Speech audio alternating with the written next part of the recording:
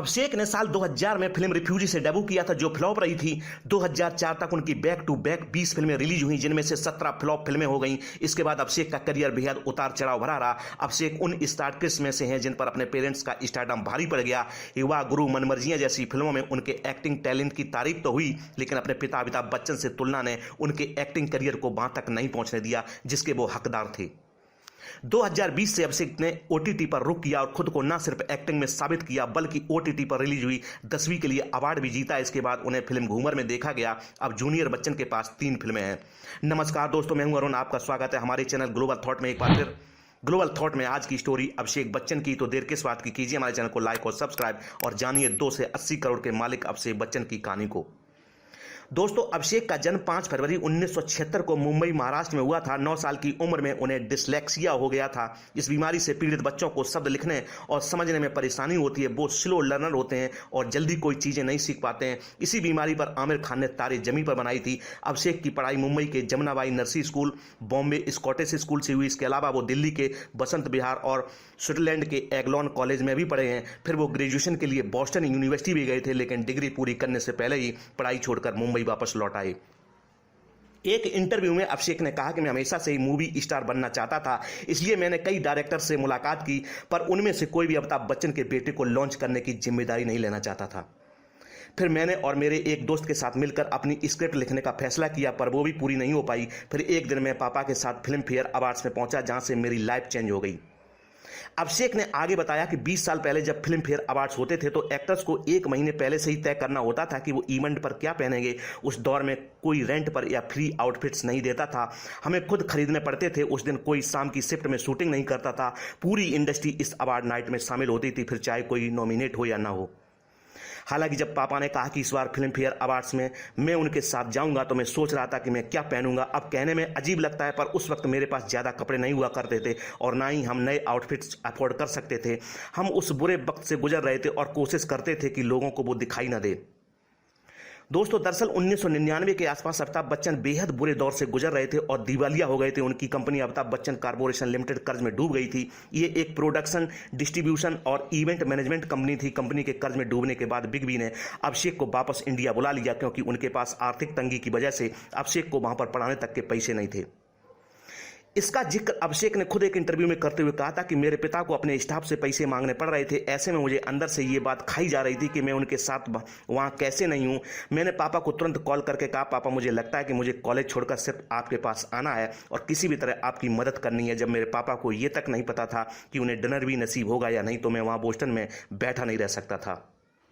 इसके बाद अभिषेक वापस मुंबई आ गए और फिल्म मेजर साहब के प्रोडक्शन का काम देखने लगे।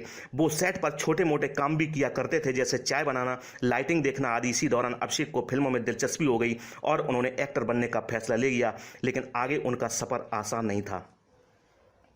दोस्तों, अभिषेक ने आगे बताया कि मेरे पास पहनने के लिए कुछ भी फॉर्मल नहीं था। मुझे लगता था जीन्स टी शर्ट पहनकर अच्छा नहीं लगेगा। फिर मैंने उस अवार्ड फंक्शन में वो शेरवानी पहनी जो मैंने कुछ साल पहले बहन श्वेता की शादी में पहनी थी। उस साल जेपी दत्ता को फिल्म बॉर्डर के लिए बेस्ट डायरेक्टर का अवार्ड मिला था और जब वो स्टेज से नीचे उतर रहे तब उन्होंने मुझे देखा। 2 दिन बाद उन्होंने मुझे मिलने के लिए बुलाया और फिर मुझे फिल्म ऑफर की। ये फिल्म रिफ्यूजी थी, जो कि साल 2000 में रिलीज हुई थी। फिल्म में अभिषेक के अपोजिट करीना कपूर ने डेब्यू किया था। दोनों की जोड़ी को पसंद तो किया गया, लेकिन ये फिल्म फ्लॉप रही। दोस्तों, एक इंटरव्यू में अभिषेक ने फिल्म की मेकिंग से जुड़े कुछ किस्से शेयर किए थे। उन्होंने बताया था कि वह जब कच्छ में रिफ्यूजी की शूटिंग करने के लिए पहुंचे थे तो वहां के आसपास के गांव के लोग उन्हें देखने के लिए काफी एक्साइटेड थे। वो कह रहे थे अमिताभ बच्चन का बेटा आया है। यह सब देखकर वह काफी नर्वस हो गए थे और एक सीन के लिए 17 रीटेक्स लिए थे। अभिषेक के मुताबिक मेरे और कुलभूषण खरबंदा के बीच एक सीन फिल्माया जाना था। मुझे उस सीन में कैन में पानी भरना था और फिर आगे जाना था। शॉट में आगे था कि वह मुझसे मेरा नाम पूछते हैं और मुझे नाम बताना था। नाम था रिफ्यूजी। मुझे लगा कि बस हो गया। मैं खुद को बॉस समझ रहा था। मैं क्रू से कह रहा था कि मुझे पता है कि कैसे करना है। अपनी इमेच्योर एरोगेंस से मैंने आगे के सीन को ध्यान से नहीं देखा। मुझे पता ही नहीं था कि यह डायलॉग 3 पेज का है। जैसे ही कैमरा रोल हुआ तो मैंने लाइंस डिलीवर करनी शुरू की। अपनी लाइंस खत्म करने के बाद मैं डायरेक्टर के मुंह से कट सुनने का इंतजार कर रहा था, लेकिन उन्होंने कट नहीं कहा क्योंकि सीन खत्म ही नहीं हुआ था। सब परेशान हो गए कि आगे की लाइंस में क्यों नहीं कह रहा है। ऐसे में दत्ता ने फिर से टेक करवाया, लेकिन बात नहीं बनी। अभिषेक ने बताया कि उन्हें समझ नहीं आ रहा था कि अब वो क्या करें। उन्होंने ना ही रिहर्सल की और ना ही पता था कि डायलॉग क्या है। अभिषेक बोले, मैंने अपने चारों तरफ देखा, वहां गांव वालों की भीड़ लगी हुई थी, ऐसे में कांपने लगा। उस वक्त रीना रॉय, अनुपम खेर जी जैसे कई एक्टर्स मौजूद थे। मैं डर के मारे सोचने लगा कि मैं ये सब मेरे पापा को फोन करेंगे और कहेंगे, अमित जी एक तो गया काम से, उसको वापस बुला लो। काफी कोशिशों के बाद, करीब 70 रीटेक के बाद यह सीन शूट हो सका। दोस्तों, रिफ्यूजी पिटने के बाद अभिषेक की 2000 से 2004 के बीच तकरीबन 20 फिल्में रिलीज हुई, जिनमें से 17 फिल्में फ्लॉप रहीं। 2004 में वो फिल्म धूम में दिखे थे, जो एक ब्लॉकबस्टर हिट साबित हुई। इसके बाद वो धूम के दोनों सीक्वल धूम 2 और धूम 3 में भी नजर आई थी। ये दोनों फिल्में हिट साबित हुई थी। अभिषेक ने बंटी और बबली, युवा, ब्लॉकबस्टर, गुरु जैसी हिट फिल्में दी हैं। उन्होंने अपने करियर में तकरीबन 70 फिल्मों में काम किया है। 2005 के बाद वो कभी अलविदा ना कहना, लगा चुनरी में दाग, झूम बराबर झूम, दौड़ा, दिल्ली 6, खेले हम जी जान से, पा, गेम, प्लेयर्स जैसी कई फिल्मों में दिखे, जिनमें से कई फ्लॉप भी रहीं।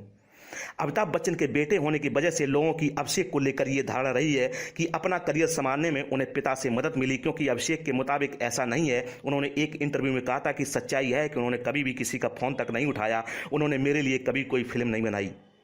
इसके उलट मैंने उनके लिए फिल्म पा प्रोड्यूस की। लोगों को समझना चाहिए कि एक धंधा है। पहली फिल्म के बाद अगर उन्हें आप में कुछ नहीं दिखता या फिल्म नंबर्स नहीं बटोर पाती है तो आपको अगला जॉब नहीं मिलने वाला है। यह जिंदगी की कड़वी सच्चाई है।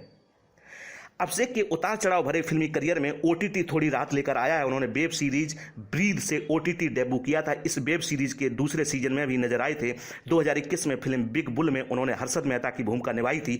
इसके अलावा वो लूडो, बॉब विश्वास, 10वीं जैसी फिल्मों में दिखे, जो ओटीटी पर रिलीज हुई थी।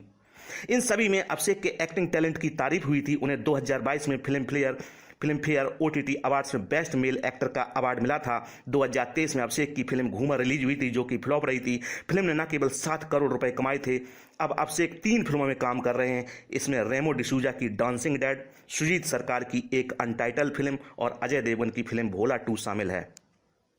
दोस्तों, अभिषेक ने एक इंटरव्यू में कहा था कि कबड्डी टीम में इन्वेस्ट करना अंधेरे में तीर मारने जैसा था, लेकिन ये रिस्क लेने से उन्हें फायदा ही हुआ है, क्योंकि अब उनकी कबड्डी टीम का वैल्यूएशन लगभग 100 करोड़ के करीब है। अभिषेक ने कहा कि उन्हें और फिल्म प्रोड्यूसर बंटी बालिया को कोई आइडिया नहीं था कि ये बिजनेस कैसे चलता है, टीम कैसे बनती है और हमें क्या करना है, इसमें कितना खर्चा आएगा, कुछ भी नहीं। 2014 में प्रो कबड्डी लीग में हमारी टीम पहली बार शामिल हुई थी। जब उनसे ये पूछा गया था कि अगर आप इस बिजनेस को लेकर श्योर नहीं थे तो आपने टीम खरीदने का मन कैसे बना लिया, तो उन्होंने कहा, मुझे सिर्फ इतना भरोसा था कि लोग ये मैच देखना चाहेंगे। इसे आप गट फीलिंग कह लीजिए। अब हम विदा लेते फिर हाजिर होंगे एक नई स्टोरी के साथ। आप क्या सोचते हो आज की स्टोरी के बारे में, कमेंट बॉक्स में कमेंट करके जरूर बताएं। और अगर मेरे द्वारा दी गई स्टोरी आपको अच्छी लगती है तो मेरे चैनल को लाइक, शेयर और सब्सक्राइब करना ना भूलें। धन्यवाद।